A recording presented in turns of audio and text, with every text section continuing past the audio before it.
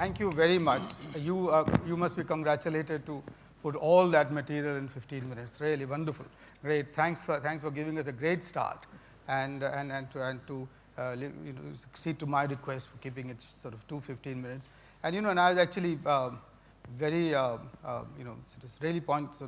really you got about 17 recommendations in the last 2 slides, and I dare say this is the question that I need to ask is that is this within the governance capacity of the countries. But they've got one bullet which is they said that the corporate sector should itself follow market principles, basic business ethics, corporate social responsibility, and and one attitude. And I think this is where I was pointing towards, whether the corporate sector in South Asia will continue to look towards the government, or will it be able to take its own initiatives to change its own nature. And just for the benefit of those of us who were able to join us later after my introductory comments, I just want to just repeat very briefly, my fellow panelists, what I had said is that the 4 questions that I think we'd like to focus on. 1, can the private sector change its nature and its role, and why should it have the charge of being crony capitalist in South Asia? What can it be done? What can be done to change that? 2, can it play a progressive role in our societies? Does it play a progressive role? Can it play a progressive role? So that's the second question that I had raised. The third was that can we see a diminishing of this, and which Dr. Moazzem also pointed out very well, that this huge dualism that exists in the private sector, the informal and the formal, the informal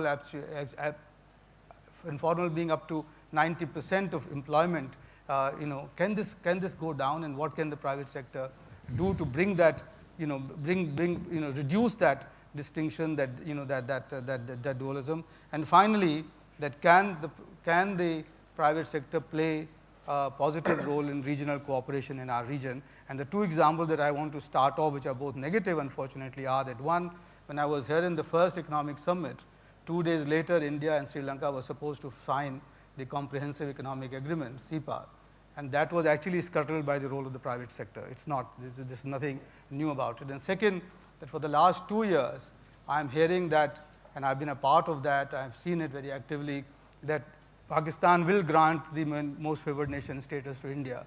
And a whole series of steps are open up after that. And every time something like that happens, what I get as a feedback is that some segment of the private sector is opposing it.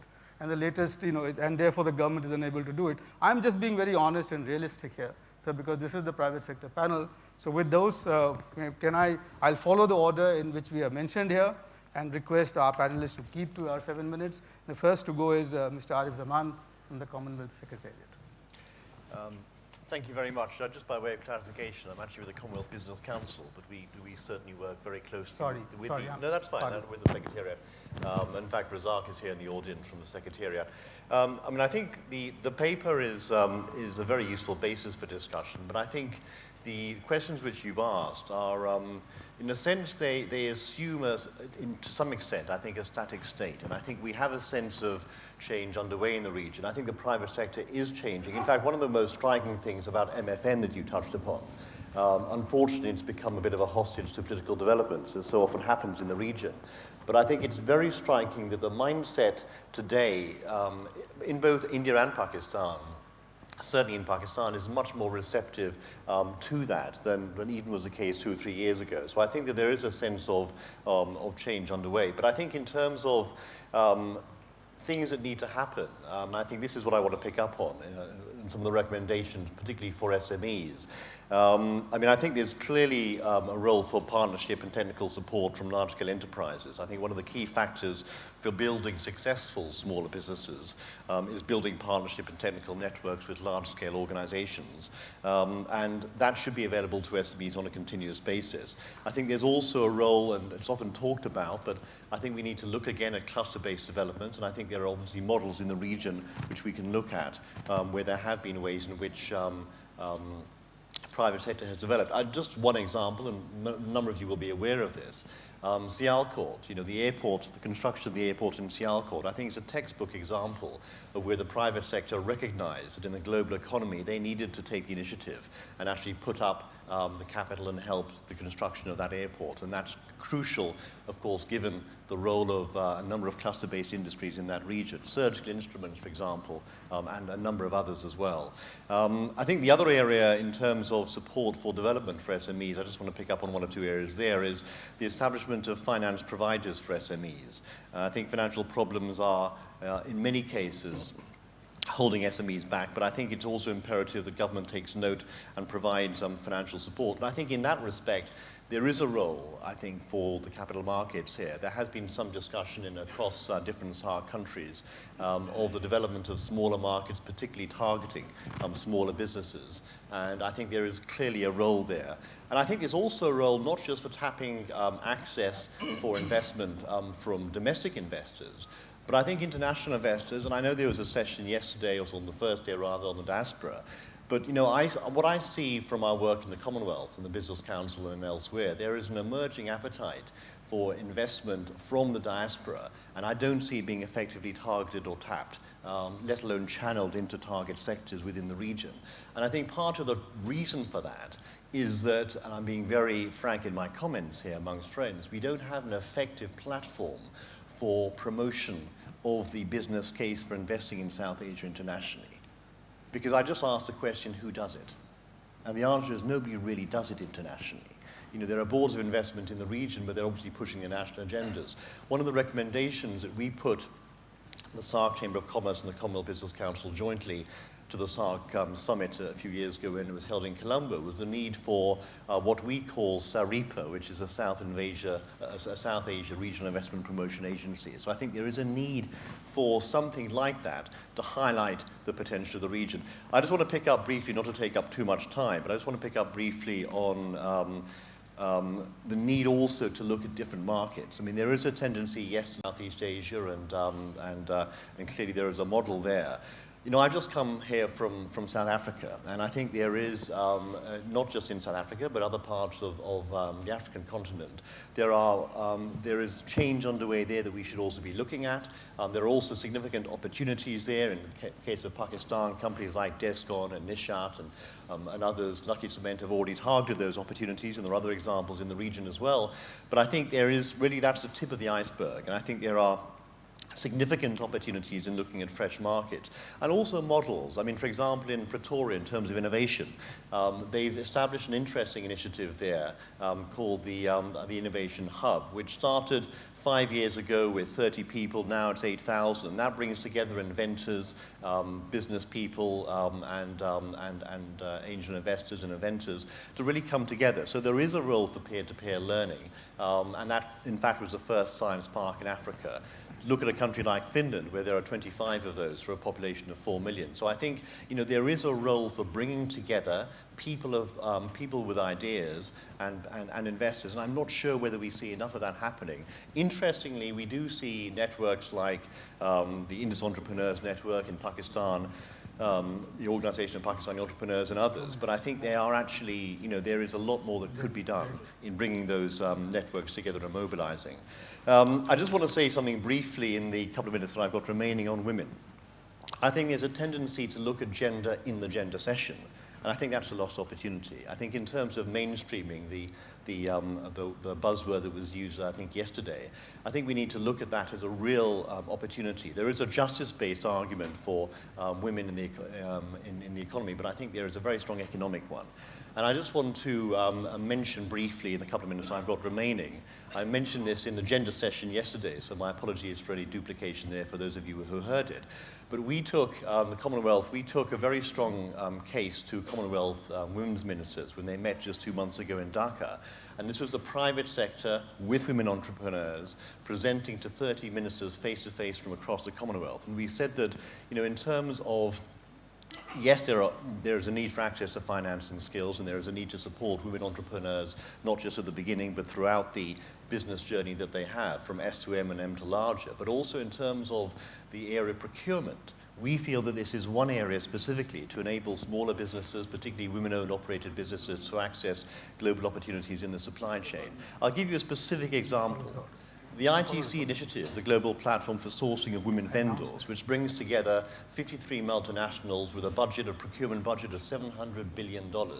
That is an event that is going on for 2 or 3 years. It brings together those businesses with women-owned businesses. For the first 2 years of those, there have only been 2 so far, there wasn't a single SAARC country represented apart from 1, which is India. So I think there is a real opportunity and need to harness those opportunities that are out there and make something of it. And procurement, I'll just say briefly in the 30 seconds or so I have remaining, it's around private sector procurement. It's also around public procurement. The government of Kenya, I think only this April, has passed a law where 30% of government contracts now go to women-owned businesses. It's also around targeting large sporting events. The Commonwealth Games and other big sporting events provide opportunities not just for big businesses, but also for smaller businesses in a number of areas and service sectors. And I think it's also around looking at e-commerce and an e-commerce platform, and I'm particularly thinking here of women, connecting up smaller women. So why shouldn't someone in a rural location do business on the other side of the world? It's certainly possible, and we should be looking at those kinds of new models for business and trade moving forward. Thank you very much, Arif, and thanks for pointing out the need for a South Asia investment forum. And I'm sure, I mean, having interacted with the SAARC Chamber of Commerce, I'm sure that the Commonwealth Business Council and so on working together can achieve that. And combined with what Dr. Moazzem said about there being a limited capital convertibility within South Asia, I think the first thing that we could start off with actually is to try and get the telecom rates within South Asia down to a level which is more feasible, because at the moment they seem to be quite expropriatory. Sure. Thank you very much, and thank you for keeping to the time. Our second speaker, ladies and gentlemen, is Dr. Pradeep Mehta, who's the Secretary General of CUTS and also the Chairman of the CUTS Competitiveness Institute. So without further ado. So, it's about 7 minutes, yeah. He has actually circulated a paper on competition and private sector. I don't know if I had a chance to look at it, very rich, so maybe we'll talk about that. Thank you, Chair, and let me address the audience with the 4 questions you raised, Chair. Crony capitalism, progressive role of private sector, and the long discussed formal and informal sector. And the last is regional cooperation and how can private sector play a role in fostering regional cooperation. Yesterday's newspaper here, the news, had a very big headline: no, no, no to privatization. I don't know whether any of you read it, but the president of Sri Lanka was reacting to possible rumors that some of the enterprises, including the Ceylon Bank, could be privatized. I do not think that in today's world, large number of governments, especially governments of the region, are not following a mixed economy approach. Which means you have a coexistence of both the public sector and the private sector. The problem is the gray zone which lies in between. And how do governments treat private sector vis-a-vis the public sector? And this is an extremely important issue if we are going to look at private sector development in the region. Fair enough. I mean, we've all followed the socialist pattern of economy for long. Though Sri Lanka was one of the first, much before the 1990s, to have undertaken reforms, and yet with its own sort of ups and downs for several other reasons. But the issue which often comes up in a large number of situations is when the government favors the public sector over the private sector. And that is what is perhaps one of the causes for distortions in the way the private sector approaches the economic governance in the country. The issue is whether the state can remain neutral and provide equal opportunities to both the private sector and the public sector. And that is what is being discussed very avidly and very vigorously on various international platforms, including in India, the issue of competitive neutrality. Now, there are various examples of this nature. What we have done in India is to develop a holistic national competition policy, a draft of which is available on the Ministry of Corporate Affairs website. It is still undergoing discussions, and one can very well understand as to why there is a delay in adoption of a policy of this nature. What this policy proposes is a gross structural transformation that we need to provide a level playing field to the private sector. And that could be one of the reasons why crony capitalism also arises. To give you an example from India itself, there are good examples of reverse competitive neutrality. Let me take the civil aviation sector in India. Till the 1990s, it was the sole monopoly of the government. There were two airlines which are operating, Air India and Indian Airlines, which have now been merged. The sector was opened up, so you could see a lot of competition. I flew in on a Jet Airways flight into Colombo. But what happened was, and this is a classic case of what is called reverse competitive neutrality, and this is where the issue of crony capitalism comes up. Jet Airways was able to influence the government of India to see to it that the public sector airlines could not acquire aircrafts, could not operate on the routes on the basis of the bilateral rights which they exchanged with other countries. And thus, it's not only Jet Airways, but many other airlines, private airlines, which could operate in the sphere. But was it through honest means? And that is where the question comes, which the chair raised about the issue which Moazzem also spoke about, a code of conduct, a code of ethics, or corporate social responsibility, or what we define as business responsibility. These are often given the short shrift for various other reasons. And there are two major reasons that I can think of. One is the increasing cost of elections.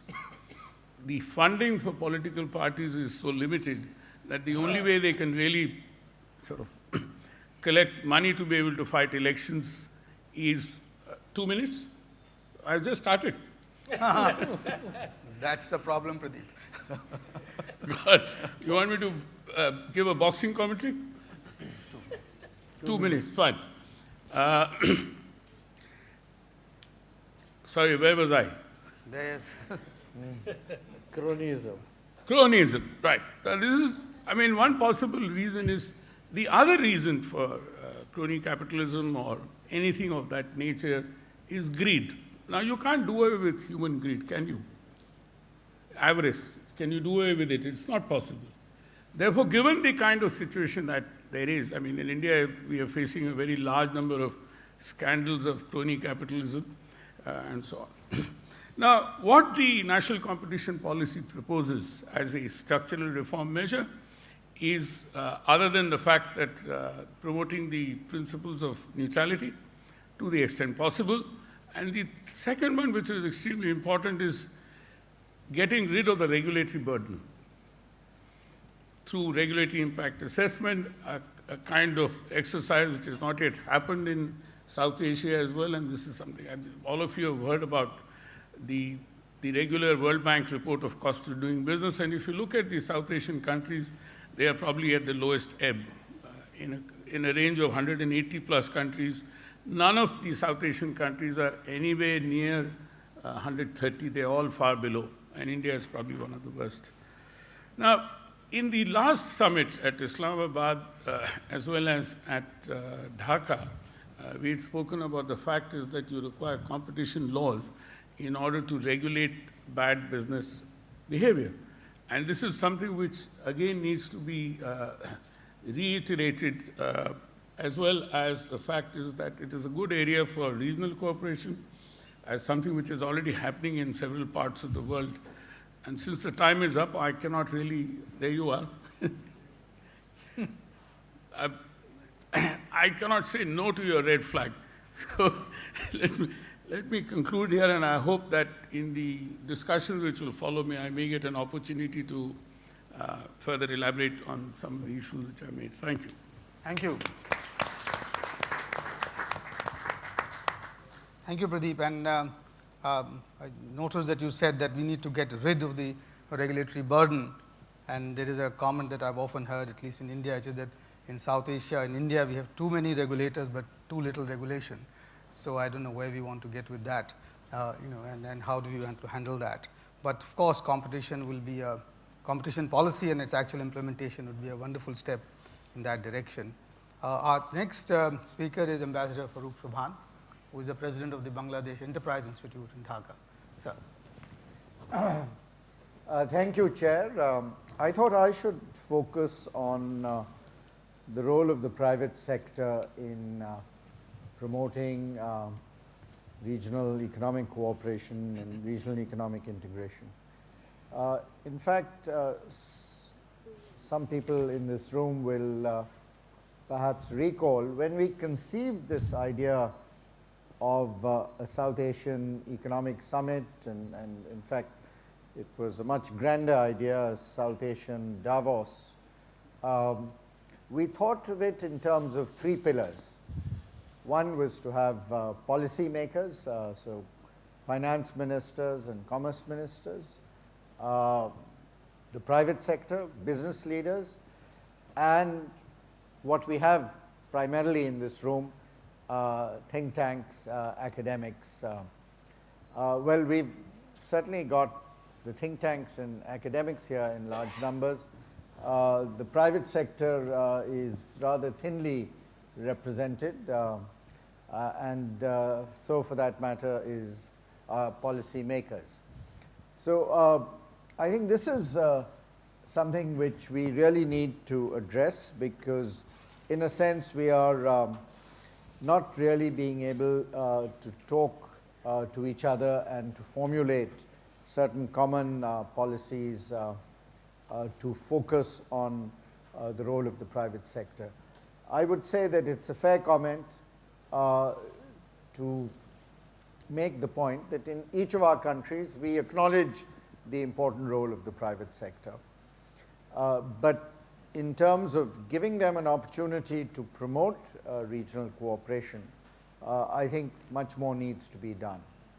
And as someone who was also closely associated with the birth of the SAARC chamber, and indeed served as an advisor to the SAARC chamber in its early years, I think we have to also acknowledge that a sense of both disappointment as well as frustration in terms of what the SAARC chamber has been able to deliver after I don't know how many years, probably close to 15 years of its existence. So this is something we really need to focus on. Way back in 1998, when I was chairman of the Board of Investment, I was able to persuade our then Prime Minister, who is Prime Minister today, Sheikh Hasina, to convene a tripartite business summit. We had Mr. Nawaz Sharif, who was the Prime Minister of Pakistan at that time, Mr. Gujral, and they came with business delegations, and they came with their senior bureaucrats. And it was amazing how much we could agree on what needed to be done in the area of both policy reform as well as regulatory reform in order to facilitate investment in the region. The idea of that tripartite summit was that we would expand that to cover all the SAARC member states. Well, it never happened, and I think it's time we really thought in terms of reviving this tripartite, if you like, arrangement. I think I'll conclude with 2 words about the problem of crony capitalism and the fact that sometimes in the present environment, the private sector has played a rather negative role in terms of facilitating investment in the region.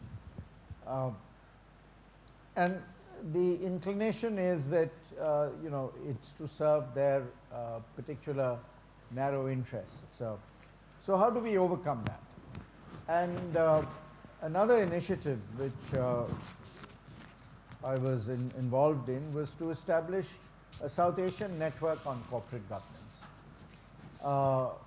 And I would say that that is again something we need to look at, just as we need in parallel to look at a South Asian network on corporate social responsibility. I think these are both areas where we can address some of the problems relating to crony capitalism and its retrogressive impact on facilitating investment in the region. I believe we are poised, I would even venture to use the word takeoff, in terms of creating a better investment environment in the region. But we do certainly need to provide a forum where we can take up some of these issues at a high policy making level. We did indeed even try to inject this into the format of the SAARC summits. To my mind, perhaps one of the most, the least productive institutions we have in the area of regional cooperation at the moment is the annual SAARC summit, which indeed is no longer even an annual SAARC summit. But we did try very hard to persuade governments to include business leaders and to include inputs from a forum such as this. So, you know, in a sense, we are kind of trains passing in the night at the moment. To what extent will the outcome and results of a conference such as this, where we have some interesting recommendations, be able to influence our policymakers who are, for all practical purposes, absent from this meeting? We are now seriously looking at regional infrastructure projects, whether it's a Trans-South Asian energy grid, whether it's in the area of transport and communications and connectivity. And there will be a role for the private sector here. There will be a role when we look at the whole agenda of public-private partnerships to do this within a South Asian framework. But we need to create a platform and opportunities to do this. Thank you. Thank you very much. Thanks a lot.